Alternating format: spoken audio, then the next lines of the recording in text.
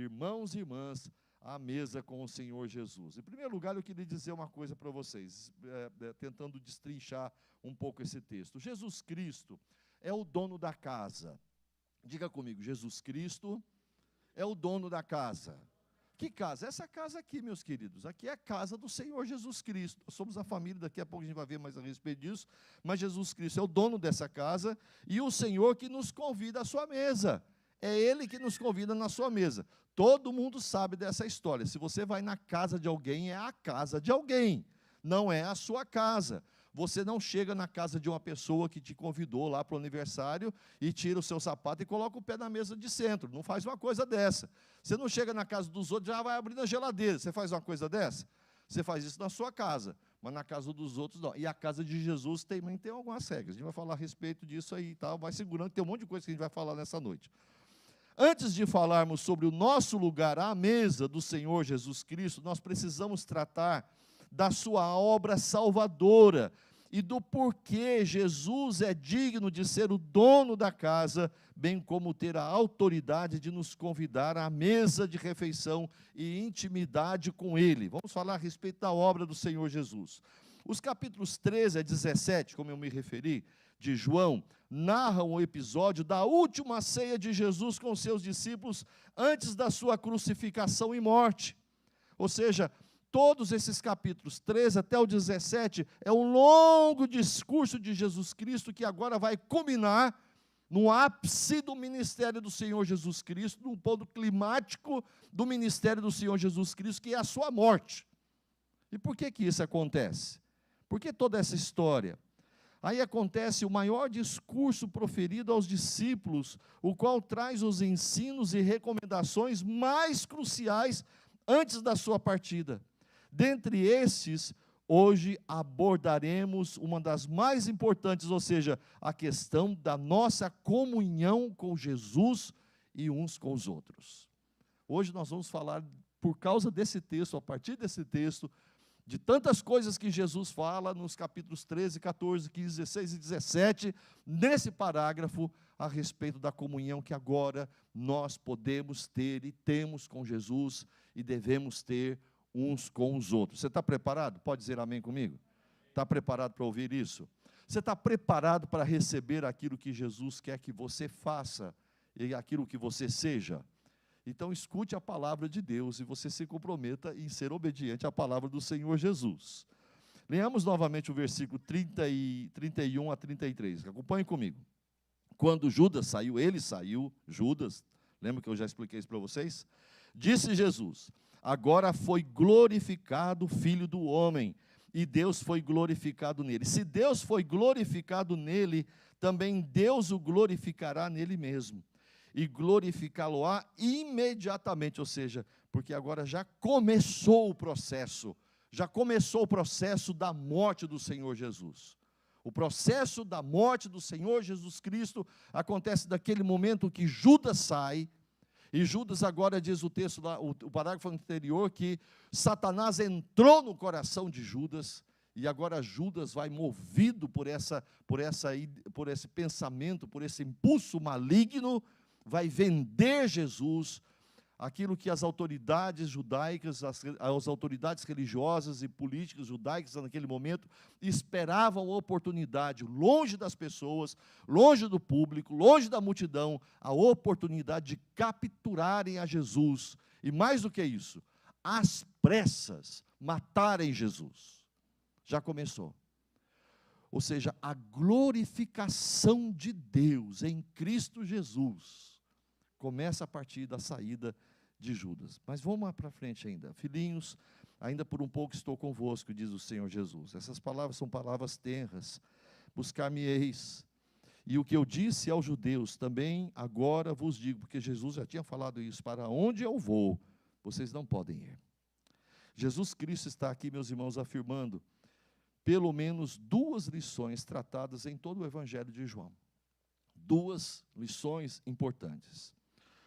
O Deus Pai glorificado, o Deus Pai glorificando o Filho, Jesus Cristo, e mesmo sendo glorificado no Filho, significa a concretização da obra salvadora, determinada desde a fundação dos tempos, ou seja, o Filho de Deus, o Deus encarnado, morrendo na cruz, em nosso lugar, para finalmente nos trazer perdão e nos trazermos de volta para a casa do Pai.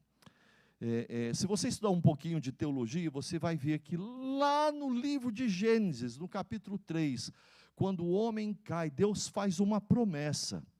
E a promessa que Deus faz naquele momento do acerto de contas com Adão, com Eva, com a serpente, naquela conversa, Deus disse: vai acontecer que vai ter o filho, o descendente da mulher, que vai esmagar a cabeça da serpente. Se você entender um pouquinho a respeito dos significados, das figuras do texto, do Antigo Testamento, essa é uma referência direta, que um dia, o Filho de Deus, vindo a este mundo, encarnado na pessoa do Senhor Jesus Cristo, é este que através da sua morte, vai morrer a nossa morte, para que nós possamos receber a sua vida, e vai vencer Ele mesmo a morte, e ser glorificado para sempre com o Pai. Então, amados, essa história começa lá no livro de Gênesis, no início de todas as coisas, quando o homem perde a sua posição de comunhão íntima com o Pai todos os dias. Agora Jesus Cristo está pondo um ponto final nessa separação. Jesus Cristo está colocando um ponto final. Ou seja, Deus está sendo glorificado, porque aquilo que Ele promete, Ele faz. Aquilo que Ele determinou, Ele cumpre. Aquilo que é seu propósito, ninguém vai frustrá-lo, nem Satanás. E agora Jesus está sendo glorificado, o Pai está sendo glorificado no Filho, o Filho está sendo glorificado no Pai. Se você ler comigo em Filipenses capítulo 2, se você não quiser abrir, não precisa abrir, eu vou ler esse parágrafo para você. E Paulo tem esse entendimento desse momento do Senhor Jesus Cristo. Tende em vós o mesmo sentimento que houve também em Cristo Jesus, pois Ele, subsistindo em forma de Deus, não julgou como usurpação ser igual a Deus. Antes a si mesmo se esvaziou, assumindo a forma de servo e tornando-se em semelhança de homens, e reconhecido em figura humana, a si mesmo se humilhou, tornando-se obediente até a morte, morte de cruz, pelo que também Deus o exaltou sobremaneira, e lhe deu o nome que está acima de todo nome, para que ao nome de Jesus se dobre todo o joelho nos céus, na terra e debaixo da terra, e toda língua confesse: Jesus Cristo é Senhor, para a glória de Deus Pai. Parece que toda a história do Evangelho de João, Paulo, nesses parágrafos, nesses versículos, resumiu. Ele foi humilhado, ele se esvaziou da sua glória, foi reconhecido em figura humana, ele foi reconhecido como servo obediente, obediente até a morte, morte de cruz, mas Deus o exaltou. A glória de Deus agora é revelada, ela é manifestada, e a glória de Deus é celebrada no Jesus ressuscitado, que está à sua destra, para que ao nome de Jesus, nos céus, na terra, debaixo da terra, todo joelho se dobre, e toda boca confesse, toda língua confesse: Jesus Cristo é Senhor, para a glória de Deus Pai.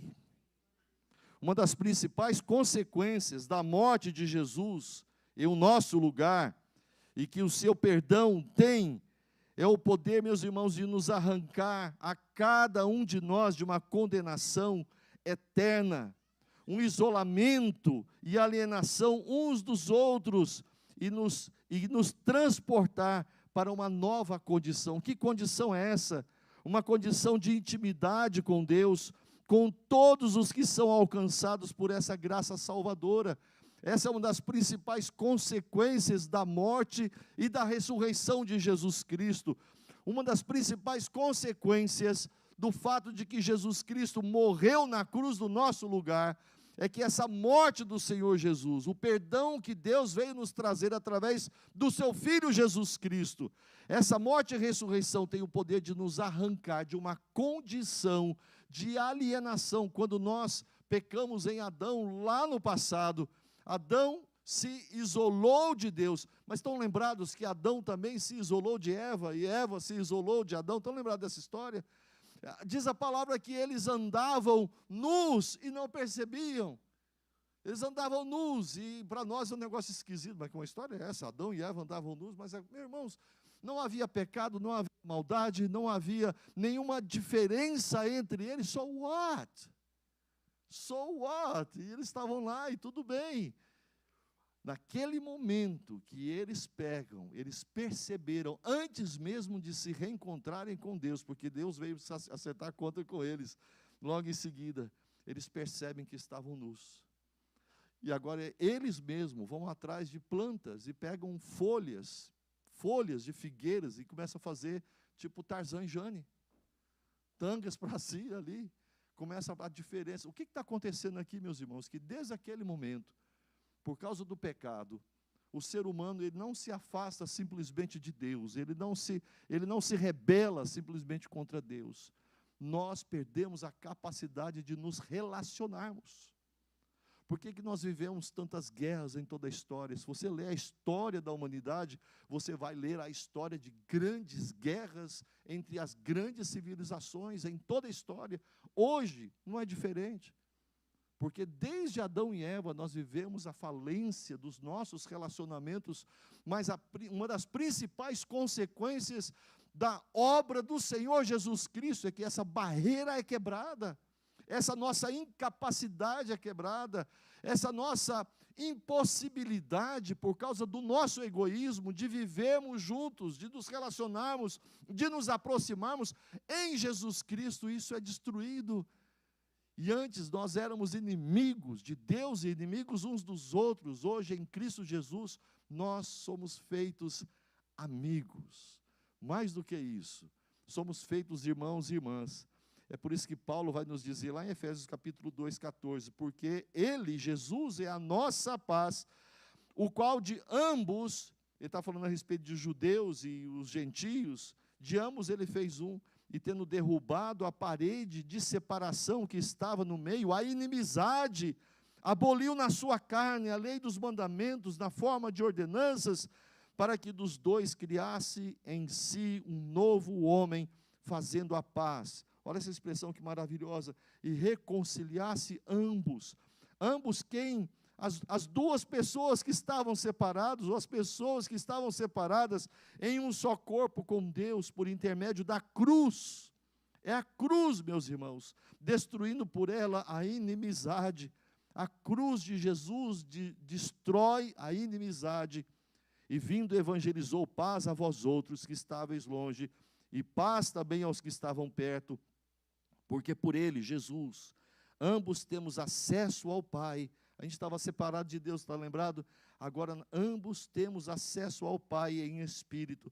Assim já não sois estrangeiros e peregrinos, mas concidadãos dos santos e sois da família de Deus, edificados sobre o fundamento dos apóstolos e profetas, sendo Ele mesmo, Cristo Jesus, a pedra angular, no qual todo edifício bem ajustado cresce para santuário dedicado ao Senhor, o qual também vós, juntamente estáis sendo edificados para a habitação de Deus no Espírito. Eu não sei quanto a você, mas ao ler um texto desse aqui, eu dou glórias ao nome do Senhor Jesus. Hoje nós somos amigos de Deus. Jesus vai nos dizer, vocês não são servos, vocês são meus amigos. E amigo de Jesus é meu amigo. Alguém pode dizer amém comigo, meus queridos? Assim agora, através da obra de Jesus, ou da obra que Jesus fez por nós, a sua morte e ressurreição, nós fomos feitos família de Deus. Diga comigo, família. Quem é que não tem família aqui nos Estados Unidos? Deixa eu ver, não tem família. Está vendo? Agora eu queria dar uma boa notícia para você. Você pode não ter papai, mamãe, irmãos, tios, tias, né? Aquela primaiada e tal. A minha família lá no Brasil, a gente é muita gente. Só da geração do meu pai, da irmandade do meu pai, que eram 7 irmãos, os 7 irmãos geraram 25 netos para a família. Eu sou um deles, né? Eu sou o segundo dos 25 netos. Mas quando a gente veio para cá, logo quando eu era criança, meu pai, a gente mudou lá para o Mato Grosso, nós somos mineiros, mudamos lá para o Mato Grosso, aí a gente ficou isolado da família. E depois a gente veio embora, eu já casado com a Ana Cláudia, mais tarde a gente veio para São Paulo. De São Paulo a gente veio embora para os Estados Unidos. A gente nunca conviveu com família, mas deixa eu dizer uma coisa para vocês. Eu nunca convivi com a família Porto, Ferreira, o Galvão, a nossa turma ali, não é? Mas a família de Deus, olha, sempre abundou. Sempre tivemos aqui papais, mamães, irmãos, irmãs, porque em Cristo Jesus nós somos família. E você tem que se acostumar com essa ideia. Porque se você é crente no Senhor Jesus Cristo, se você espera em Cristo Jesus a tua salvação e a vida eterna. E hoje a gente estava ouvindo uma pregação a respeito dos sinais que se manifestam cada vez mais da volta do Senhor Jesus Cristo. E se nós esperamos a volta do Senhor Jesus eminentemente, e o Senhor Jesus está por voltar, Ele vai arrebatar a sua igreja e vai tomar para si a sua família. Então, aquele irmão que você não gosta muito dele, vai junto com você, acostuma logo, meu querido, porque se você não está acostumado agora, não está gostando agora, vai passar a eternidade junto. E tem mais uma coisa, se você é de Jesus, você vai gostar. Aliás, Jesus nunca mandou a gente gostar de ninguém, né? Jesus nunca gosta. Olha, tem coisa que eu não gosto na minha esposa, gente, tem coisa que eu não gosto da minha esposa. Pode ficar tranquilo, tem muita coisa que ela não gosta em mim também. Mas você sabe que a Bíblia não manda eu gostar da minha esposa, né? Jesus nunca diz assim, gostarás uns dos outros, assim como eu vos gostei. Não é isso que Jesus fala.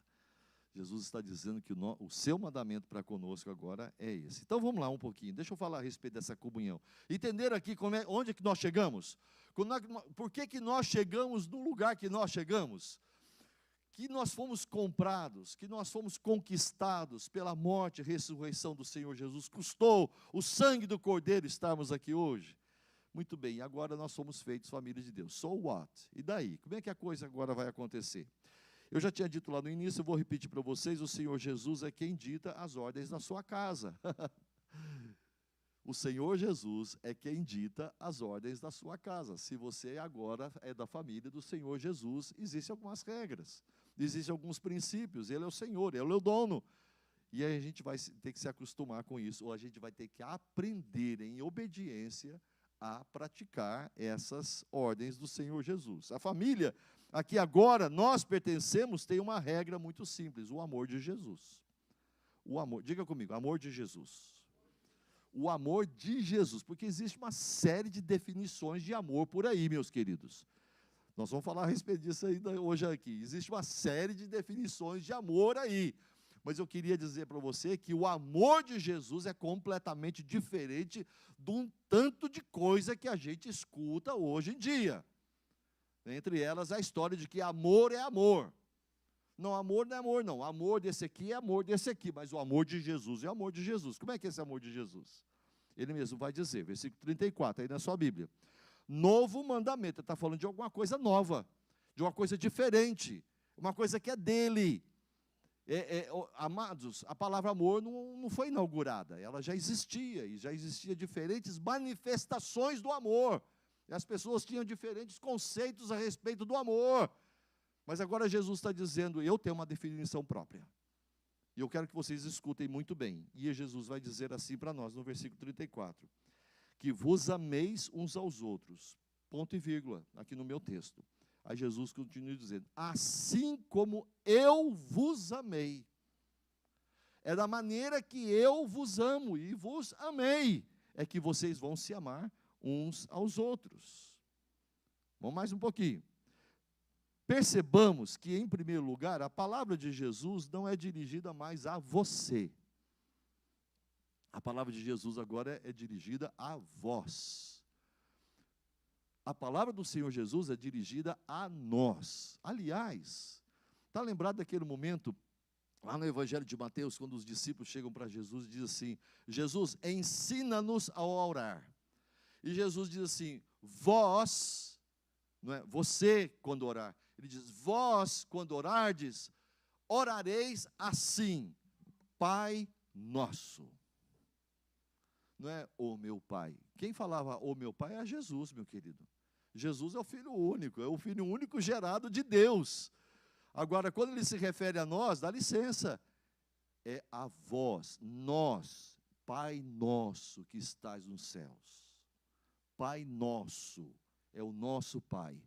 E Jesus está se referindo, vocês vão se amar uns aos outros como eu amei vocês.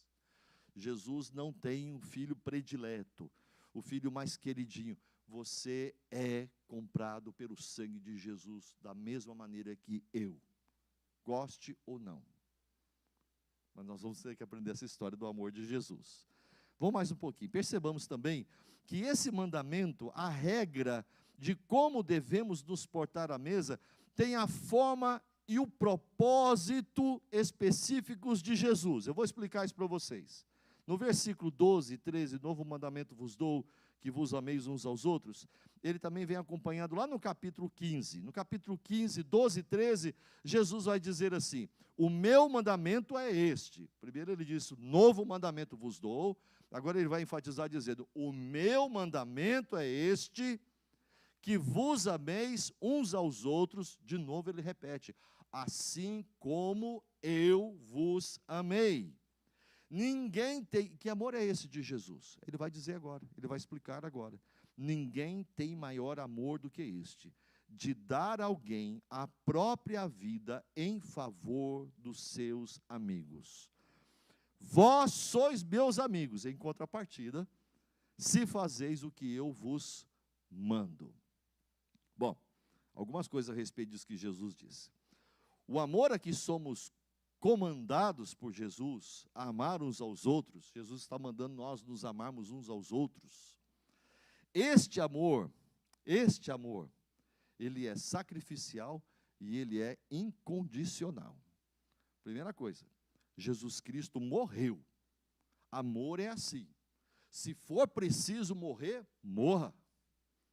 Se for preciso se sacrificar por causa do seu irmão, por causa da sua irmã, sacrifique-se da mesma maneira que Jesus Cristo se sacrificou por nós. A igreja está aí comigo? Diga amém comigo. E amados, esse negócio do sacrifício de uns para os outros é complicado. Na nossa igreja, Nova Esperança, eu falo nossa igreja, eu não sou pastor da igreja Nova Esperança, já tem quase 4 anos, né? Mas como eu fui pastor da igreja durante 25 anos, eu falo a nossa igreja até hoje, né? O Anderson ficou doente. 9 meses atrás, o Anderson descobriu que já estava com câncer avançado de estômago, já estava em estágio 4. Na semana passada, o Anderson foi chamado pelo Senhor Jesus à sua glória. Homem crente, a última conversa que eu tive com ele, há 2 domingos atrás, no hospital, aqui em Winter Garden, ele disse, pastor Jesus, estou pronto, eu estou em paz com Deus, eu não quero mais ficar sofrendo essa dor, mas se o Senhor quiser me chamar, eu já estou pronto. E foi um momento assim muito emocionante e tudo mais. Mas quando o Anderson descobriu a doença, o Anderson era casado com a Geisa, um casal jovem, 2 filhos adolescentes, lindos, maravilhosos. O mais velho tem ainda 16 para 17 anos, a menina tem 14 anos apenas. E agora o Anderson para de trabalhar, ele já não tinha mais condições de trabalhar. Começou o tratamento, a quimioterapia, severo, um tratamento muito difícil. Amados, essa é uma hora do sacrifício. Porque agora só o dinheiro que ela ganha no trabalho dela não dá para sustentar a casa. E mais remédio, mais tratamento, e mais coisas que precisam comprar, equipamentos e tudo mais. E corre para lá e corre para cá. De onde que vem esse dinheiro? Claro que o dinheiro vem de Deus. O dinheiro vem de Deus, que tudo nos provê. Dê glórias ao nome do Senhor Jesus. Mas olha, pode ficar tranquilo que esse dinheiro não veio de um bilhete de loteria que a Geisa chegou. Falou assim, Deus agora revelou para mim, porque Ele vai me sustentar com esse dinheiro. O número é 45, 93, 32, 45. Falou, acertou na quina, sozinha ela ganhou 50 milhões de dólares. Não aconteceu nada disso.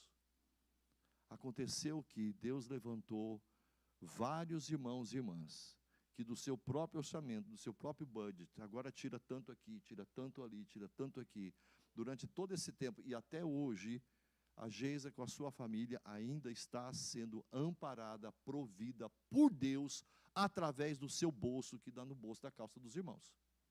Os irmãos estão comigo aqui? O amor de Deus, revelado em Cristo Jesus, ordenado a nós, amarmos uns aos outros, em primeiro lugar, ele é sacrificial. Ah, mas vai faltar. Ele é sacrificial. Ah, mas eu não vou ter para os meus. Ele é sacrificial. Estão entendendo, meus irmãos? Sentou na mesa com o Senhor Jesus. O amor é sacrificial. Em segundo lugar, o amor é incondicional. Paulo vai nos dizer uma coisa assim tremenda, em Efésios. Ele diz assim: Deus prova o seu amor para conosco, pelo fato de ter Cristo morrido por nós, sendo nós ainda pecadores. Ou seja, Jesus não morreu porque a gente merece. Isso é graça. Porque pela graça sois salvos mediante a fé, isso não vem de vós, é dom de Deus, não de obras, para que ninguém se glorie. Ou seja, ninguém era bonitinho. Jesus não morreu por mim porque eu era bonitinho, não. Aliás, bonitinho eu nunca fui. Eu sempre fui ajeitadinho. Mas ainda assim Jesus não morreria por nós, né, Antônio Carlos? Não é assim, é difícil, né? A graça tem que ser dobrada aí. E, aliás, né, para a gente casar com a esposa, que o que a gente casou é graça mesmo, não é verdade? Amados, não tem nada em mim. Eu tinha muita espinha quando era jovem, e meu rosto ficou tudo furadinho. Eu tinha um colega que fazia bullying comigo, né? Ele é um grande amigo, é o meu melhor amigo, eu posso assim dizer. Parece que quanto mais amigo, mais bullying a gente faz, né? E ele me chamava de cada apelido feio. Eu olhava para minha esposa e falava assim, a gente estava namorando aí, Ana Cláudia, como é que você pode namorar com um sujeito desse aqui? E ali falava o meu apelido, um negócio feio, não vou nem falar aqui agora, porque né, eu pedi 13, não pode falar aqui. Como é que você pode casar com um homem desse? Pensa bem, você vai querer casar com um sujeito desse?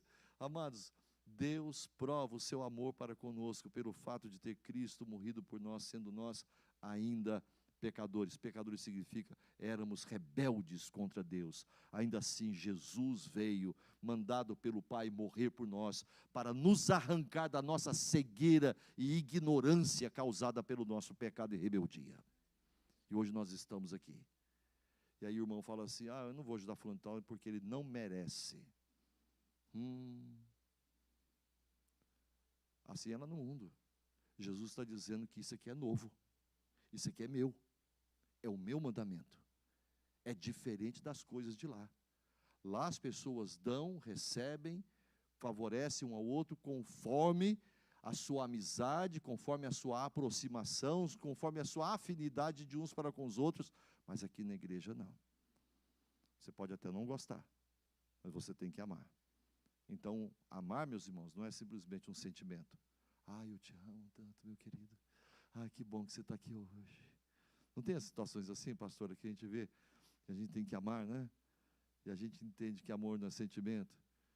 Que alegria que aquele irmão, né? Esse dia, teve um irmão um dia, lembra, minha esposa, nos confrontou no mercado, me xingava, ele me xingava em público, na frente de todo mundo, me dizia coisas horríveis, na frente da minha esposa, desacatou a mim, desacatou a minha esposa, e nós havíamos ajudado ele, a família dele, toda a história.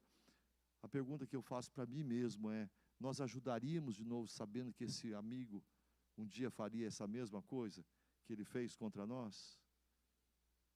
O amor do Senhor Jesus Cristo, ordenado para nós, ele é incondicional. Diga comigo amém, meu querido? Você está entendendo isso? Tá, deixa eu continuar para o final aqui. Eu tenho algumas recomendações para fazer para vocês. Estou aqui já correndo, né? Já passei do tempo aqui. Olha, vamos traduzir isso aqui. De que forma nós devemos obedecer ao mandamento do amor de Cristo Jesus? Essa é a última parte. Eu queria terminar essa última parte fazendo algumas recomendações importantes para a igreja. Na verdade, amados, o restante de todo o Novo Testamento será um farto relato das formas pelas quais a igreja do Senhor Jesus Cristo viveu e ensinou a prática do amor de Deus de uns para com os outros. Contudo, nós queremos destacar aqui algumas dessas recomendações que nós encontramos aqui. Nós poderíamos passar aqui horas e horas estudando o livro de Atos, por exemplo, como que a igreja viveu o verdadeiro amor do Senhor Jesus Cristo. Mas antes de eu fazer essas recomendações, deixa eu mais uma vez enfatizar para vocês. Amados, esse amor do Senhor Jesus, ele é diferente de qualquer manifestação de amor que existe no mundo. Ao ponto de eu entender, esse é meu entendimento, que qualquer manifestação de amor fora do amor de Jesus Cristo não é verdadeiro. Não é verdadeiro. Hoje em dia, aí, com essa história de amor é amor, e que não interessa quem você ama, pode amar qualquer um, qualquer coisa, do mesmo sexo, e etc. e tal, porque amor é amor, e tudo mais.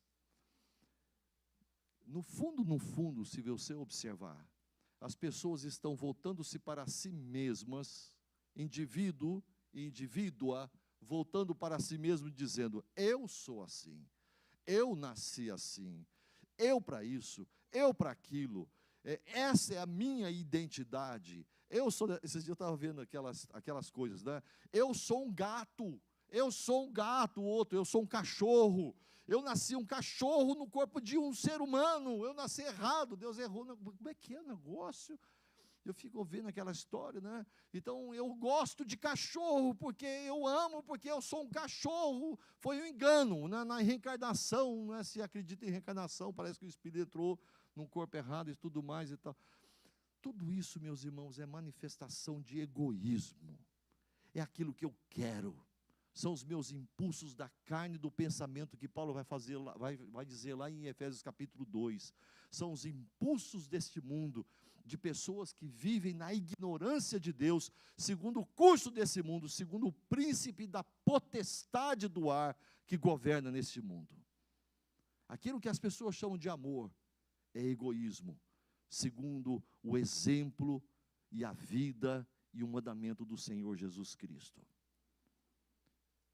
O amor de Jesus, o amor que Jesus nos ensina, é alguém morrendo pelos seus amigos, é alguém entregando-se pelos seus amigos, e não tendo que abrir mão. A pergunta que eu faço para essas pessoas do mundo hoje é, você está disposto a deixar de ser quem você é, por causa de Jesus? Não, porque eu sou assim, e eu vou ser assim. Bom, eu sei que eu sou um monte de coisa, meus queridos, mas em Cristo Jesus eu tive que renunciar.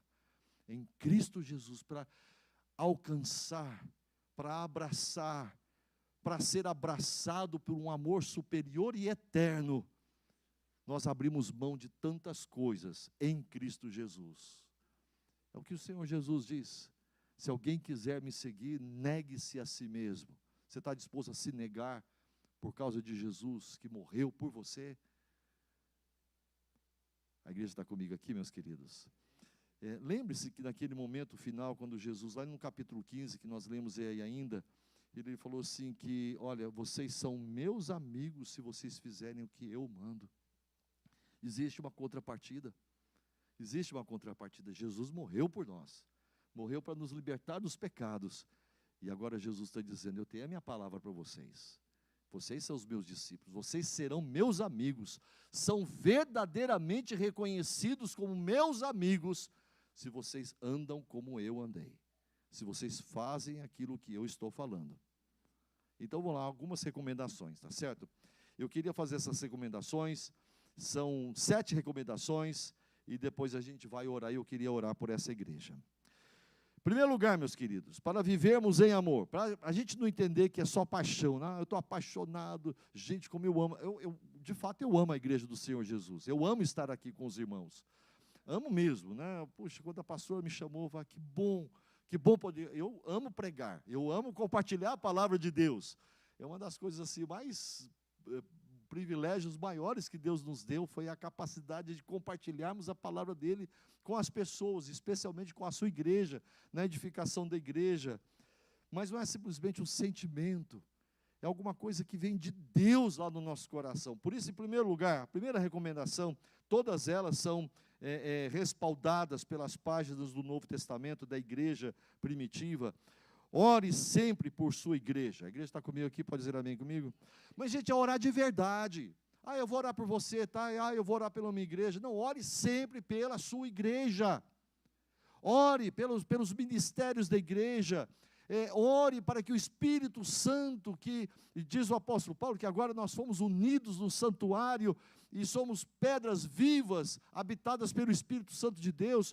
Ore para que essa igreja cresça, ore para que essa igreja seja edificada, ore para que essa igreja seja uma luz na comunidade que nós vivemos, no lugar que nós estamos. Ore para que essa igreja progrida, avance, ore pela pastora da igreja, ore pelos líderes da igreja, ore.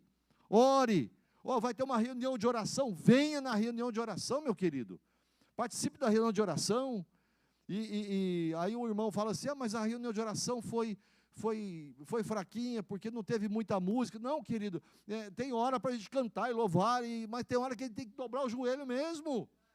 E tem que buscar a Deus. Nós não podemos fazer nada na igreja de Jesus, sem antes conversarmos com Jesus, sem antes pedirmos permissão para Jesus, sem antes pedirmos a orientação, o direcionamento do Senhor Jesus, que é o Senhor da casa, é o dono da casa.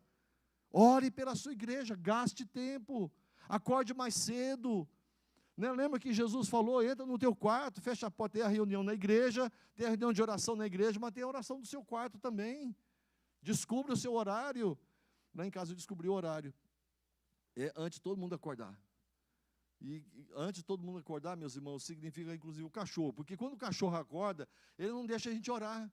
Ele dorme lá dentro de uma gradinha, aí tem um pano que a minha filha coloca em cima daquele negócio, aí ele fica puxando aquele pano pela gradinha, fica... Quem é que ora com barulho desse negócio? Agora, se eu acordo mais cedo, antes dele começar a puxar aquele pano, eu consigo orar.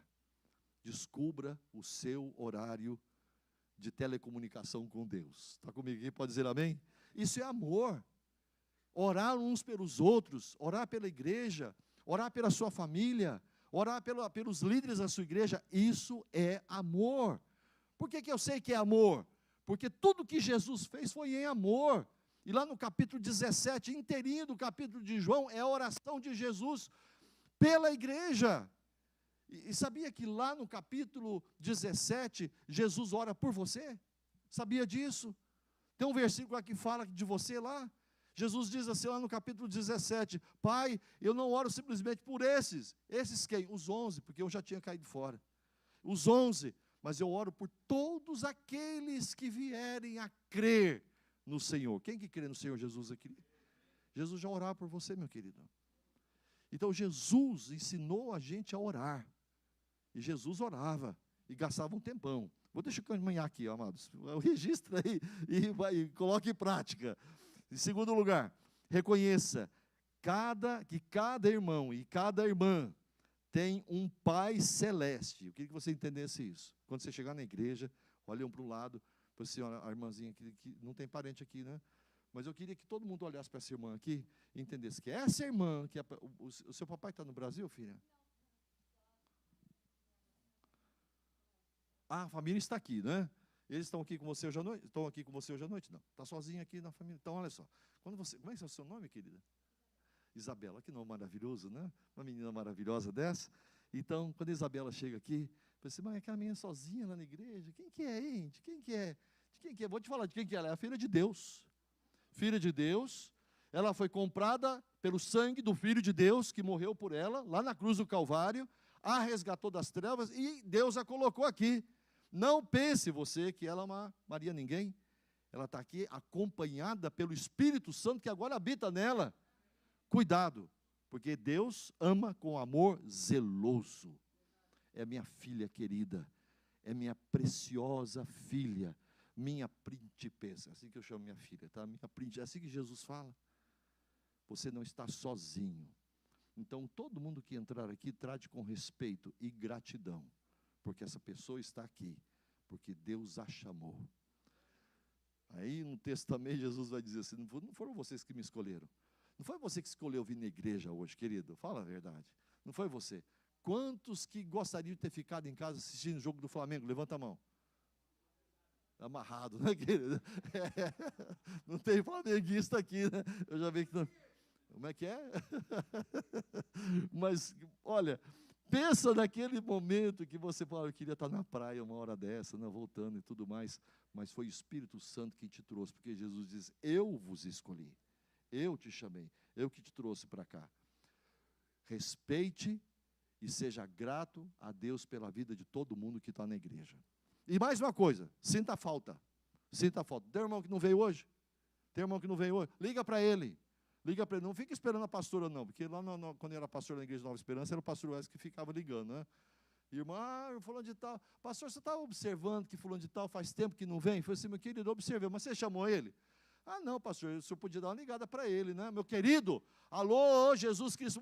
Jesus não diz assim, pastores, amai vossas ovelhas assim. Não, Jesus disse, vós amai-vos uns aos outros. Amém, queridos? Então liga para essa pessoa, manda um texto para ele. Ô, filho de Deus, observa o que aconteceu hoje. Foi o Flamengo? Eu não sei por que eu estou falando do Flamengo. O Flamengo jogou hoje, gente? Cai entre nós, perdeu, né? Olha, gente, eu vou te falar uma coisa, deixar de vir na igreja por causa de futebol, eu me lembro do dia da Copa do Mundo, de 94, decisão, Brasil ganhou, é o horário do culto. Eu era pastor auxiliar com o pastor Elias Dantas, lá em Itapeva, e aí o que a gente faz? Eu falei, não vamos mudar o culto não, vamos mudar o culto não, por causa de Copa do Mundo, vamos mudar não. Não, mas é o valor do Brasil e tal, é aquele negócio, aquela consciência e tal. Foi o pior culto que nós já tivemos até hoje, porque a igreja fica na praça principal da cidade, e o Brasil daí ganha ainda por cima, ganha, né, no pênalti daquele negócio lá, e o povo vem para a porta da igreja com foguetório e tudo mais. O culto demorou 32 minutos no máximo, com prorrogação de apenas 5 minutos, e terminamos o culto, porque não dava para falar, com o microfone não dava para falar dentro da igreja. Mas deixa eu dizer uma coisa para vocês, queridos. Ame a sua igreja. Não troque essa família por nada. Ame com amor sacrificial, né? Ainda que seja com o sacrifício do seu conforto. Vou caminhar. Deseje sempre estar junto com essa família, eu acabei de falar a respeito disso. Por que nós devemos estar juntos com a nossa família? A fim de adorarmos a Deus, edificarmos uns aos outros e crescermos juntos na fé. Olha, quando a gente estiver junto, a gente tem que orar uns pelos outros, tá bom, gente? É muito normal, quando a gente termina o culto, as pessoas ainda vão, meu querido, pode orar por mim? Pastora, pode orar por mim? Fulano de tal, ora por mim. Compartilhem a situação, aproveite esse momento, vamos orar uns pelos outros e vamos falar coisas de Deus, amados. Vamos falar coisas de Deus. Eu estou passando uma situação, meu irmão querido, o que está acontecendo? O que a palavra de Deus diz? Vamos compartilhar essa linguagem dos céus, a linguagem do amor do Senhor Jesus. Deixa eu caminhar com os irmãos para o final. Seja paciente. Essa palavra aqui é bacana. Diga comigo, paciência. Longanimidade. Olha que palavra bonita, gente. Longanimidade. E eu vou ler essa frase para vocês. Seja paciente e longânimo com os erros e defeitos do nosso irmão ou da nossa irmãzinha, da mesma maneira que o Pai Celeste também é longânimo e paciente para com você. A igreja está comigo aqui, meu querido? Não pense que você é melhor do que ninguém, não. Quando nós realmente precisarmos corrigir alguém, fale sempre a verdade em amor e temperança. Eu sempre encontrei aquele irmão na história da igreja, sempre encontrei, amados, o irmãozinho. Esse irmãozinho, assim, porque se você vai amar, se você pede para Deus aumentar o seu amor, Deus vai aumentar as provas para você, tá bom? Então, pronto, se você está orando para Deus aumentar a sua paciência, Ele vai te dar motivos para você ter paciência. Glórias a Deus, né? E ontem eu estava ouvindo uma irmãzinha, um testemunho de uma irmãzinha que eu achei no YouTube maravilhoso, lá em Campina Grande, num bairro bem isolado de Campina Grande. Ela está dizendo, tem que parar com esse negócio de dizer que tudo é o diabo, Não, às vezes Deus manda uma prova para você poder crescer, amado. Está dizendo uma coisa dessa, né? E é para crescer em amor, você vai ter desafios para que você pratique o amor, viva o amor, manifeste o amor. isso vai acontecer. Mas esse irmãozinho que eu estou contando é aquele que chega para você e fala assim, ó: desculpe a franqueza, pastor. Oh, amado, quando eu escuto essa frase, eu posso saber que logo atrás veio um cavalo vestido de crente, dando coisa para tudo quanto é lado. Desculpe a franqueza. Amados, para com isso. Para com essa história. Se você precisa falar a alguém alguma coisa que precisa realmente ser dito, você vai ter que fazer isso em amor. Paulo vai nos dizer: fale a verdade em amor. Você não está conversando com soldados, você não está conversando no exército, você tem que ficar gritando com o sargento instrutor, gritando com o cabo, com o soldado raso. Isso aqui não é quartel, meu querido, isso aqui é a casa do Senhor Jesus Cristo. Você falar com as pessoas com respeito e com amor, porque se você falar com amor, essa pessoa vai te ouvir. Se você falar com brutalidade, ele vai te responder com brutalidade, falta de respeito. Aqui é a casa do Senhor Jesus. Ele não dá bronca em ninguém, ele chega para nós e diz: vocês são meus amigos, vocês são meus amigos, trata como os amigos. Bom, deixa eu caminhar mais 2 aqui e a gente vai terminar. Descubra e desenvolva os seus dons espirituais, esforce-se para aplicar os seus dons espirituais na edificação da nossa família. Você tem dons espirituais. Eu acho que a pastora já falou a respeito disso aqui, pastora, dos dons espirituais. Bênção. Então descubra o seu dom, porque você foi chamado para somar na família do Senhor Jesus. Penúltimo, honre e respeite os mais velhos. Já fiz uma referência sobre isso, mas honre e respeite os mais velhos. É até engraçado eu falar mais velhos nessa igreja, que é uma igreja de jovens, né? Mas há algumas pessoas aí que já passaram da barreira dos 40, não é mesmo? Especialmente os seus pais e líderes da igreja, sendo submisso, a palavra de Deus diz que nós devemos ser submissos aos que nos ensinam a palavra, especialmente através dos seus exemplos de fé. Existe alguma pessoa na fé em Cristo Jesus, que você olha para essa pessoa e diz assim: porque tem, gente, porque tem. Você olha para essa pessoa e fala assim: eu queria ser como essa pessoa. Pode ser, acontece. Paulo diz assim: sede meus imitadores como eu sou de Cristo. Então seja imitador dessa pessoa que você sabe que tem um coração em Jesus Cristo, que manifesta, que é discípulo autêntico do Senhor Jesus, especialmente os que já andaram mais na fé. Eles já andaram, eles têm coisas a te ensinar no seu comportamento, na sua vida. Esses dias, esse primo meu que está morando com a gente agora, que está trabalhando conosco, ele chegou agora, jovem, ele é filho do meu primo, então ele tem a idade do meu filho mais velho. E um dia a gente estava numa situação dentro do carro, de um trabalho que a gente ia fazer, e eu não sabia mais como resolver o negócio, e tinha que desembolsar um dinheiro. É uma coisa assim, aquelas situações assim que acontecem no trabalho, você fica assim: meu Deus. Aí eu sentei, e ele viu que eu estava assim, me sentindo oprimido, mas ele viu na hora que eu fechei os olhos, e eu disse assim: meu Deus, eu esqueci que ele estava do meu lado, mas eu disse: meu Deus, eu não sei como resolver isso, meu Deus, me dá um escape, em nome do Senhor Jesus, me ajuda nessa hora. Quando eu acabei de orar, o telefone toca, a pessoa que estava lá me trazendo um problema, me trouxe uma solução, naquele momento que nós dissemos amém. Aí um dia eu estava no Brasil, logo em seguida eu viajei para o Brasil, meu primo ficou na liderança da empresa, daí a pouco acontece uma situação com ele, e ele disse assim: primo, deixa eu dizer uma coisa para você, olha, eu estava desesperado, eu pensei que a polícia ia vir, ia me prender, ia acontecer alguma coisa, a imigração, ia acontecer alguma coisa, lá no meio do mato onde ele estava. Aí eu me lembrei daquele dia, aí eu parei, orei, e o seu irmão me ligou, e me ajudou e resolveu todos os problemas. Olhe para alguém com respeito, ame esse mais velho, ame esse mais experiente, e siga Jesus, através dos passos dessa pessoa. E a última recomendação, meus irmãos, vem do próprio Senhor Jesus Cristo. Lá no versículo 35 diz assim: nisto conhecerão todos. Ele não está falando todos da igreja, ele está falando todos de fora. Nisto conhecerão todos que vocês são os meus discípulos. Nisso o quê? Ele repete: se tiverdes amor uns para com os outros. Eu sempre entendi que a igreja tem que ir evangelizar. Eu sempre entendi isso. Mas eu sempre entendi, nessa palavra do Senhor Jesus Cristo, que existe um amor diferenciado neste lugar.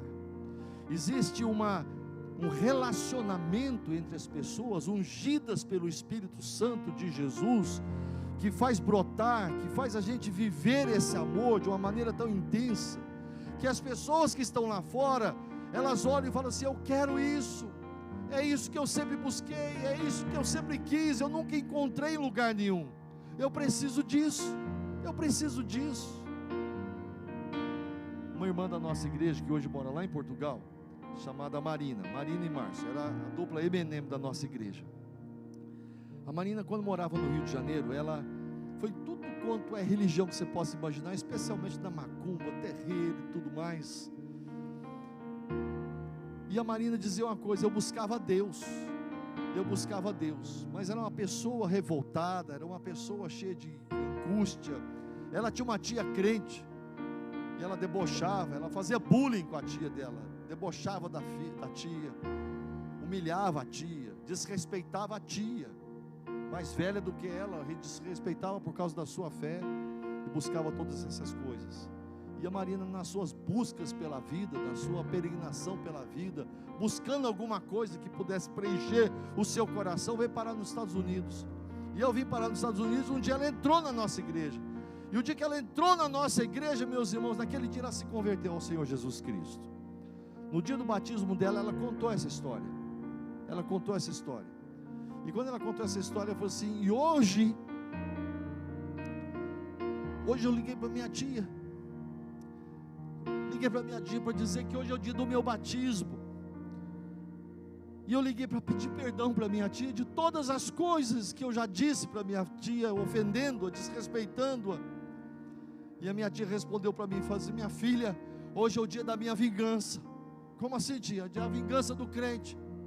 Porque todas as vezes que você me humilhava, eu orava por você, eu pedia a Deus pela sua vida, e eu pedia para que você pudesse um dia conhecer o Jesus que eu conheço hoje. A vingança do crente é transformar o seu inimigo em amigo. A vingança do crente é orar pela conversão daquele que o ofende. E é isso que as pessoas procuram, um amor verdadeiro. E quando a Marina pisou pela primeira vez na igreja, ela viu, ela sentiu, ela experimentou, ela sabia: Jesus está presente neste lugar, Deus está, o Deus que eu buscava, o Deus que eu procurava em tudo quanto é religião por aí. Todas as formas de amor eram mentirosas. Aqui eu encontrei o amor de Jesus. Nisto as pessoas conhecerão que vocês realmente são meus discípulos. Como? Vocês se amam com o meu amor. Da maneira que eu amei vocês, vocês se amam uns aos outros. As pessoas vão vir. Esse lugar vai ser um ponto de atração de vidas que buscam pela salvação, por causa do amor de Jesus, através do amor de vocês, uns para com os outros. Feche os seus olhos, eu quero orar pela igreja. Deus, muito obrigado, Senhor, pela Tua palavra nessa noite. Obrigado, ó Deus, pela presença do Teu Espírito Santo, que nos revela a palavra, e que nos ilumina no entendimento da Tua palavra. Obrigado porque a palavra é o Senhor Jesus, e o Espírito revela Jesus, e o Senhor Jesus está presente aqui. Ele mesmo falou: onde estiverem ali 2 ou 3 no meu nome, estou no meio deles. Eis que estou com vocês todos os dias, até a consumação dos séculos. Mas vocês são os meus amigos, se vocês fazem aquilo que eu vos mando. Assim, palavra de Deus, verbo revelado, Jesus o Filho, o Cordeiro, morreu por nós, morreu a nossa morte para vivermos a sua vida. Senhor Jesus, o Senhor das nossas vidas, aquele que nos salvou, o nosso Salvador, o nosso Redentor. Jesus, faz com que a Tua presença transbordante neste lugar, nas vidas dos Seus filhos e filhas que estão aqui, renova-nos, ó Deus, de uma tal maneira que nós possamos viver o verdadeiro amor do Senhor, não só de palavras, não só de sentimentos baratos, mas de verdade. Todos os desafios que requererem o amor, todos os desafios que requererem as nossas atitudes conforme a tua atitude para conosco, ó Deus, nós possamos aceitar esses desafios e, ajudados pelo Senhor, movidos pelo Senhor, manifestarmos o teu amor. Assim, ó Deus, atrai pessoas agora mesmo, Senhor Deus, amigos, parentes, colegas nossos que estão lá, talvez no momento de desespero, buscando alguma coisa que faça sentido na sua vida, precisando perceber, cheirar, sentir, ver a tua presença através de nós. Eles sejam atraídos para este lugar, para a glória do teu santo nome. Senhor Deus, abençoe essa igreja, abençoe, ó Deus, a sua liderança, abençoe a sua pastora, abençoe, ó Deus, aqueles que estão chegando agora, abençoe aqueles que estão dando os seus primeiros passos, para que, ó Deus, a obra boa que o Senhor começou, o Senhor continue a realizar e completá-la até a volta do Senhor Jesus. É no nome dele que nós oramos, é no nome dele que nós clamamos, Jesus Cristo, o Senhor. Amém, Senhor. Deus abençoe a igreja, queridos, obrigado.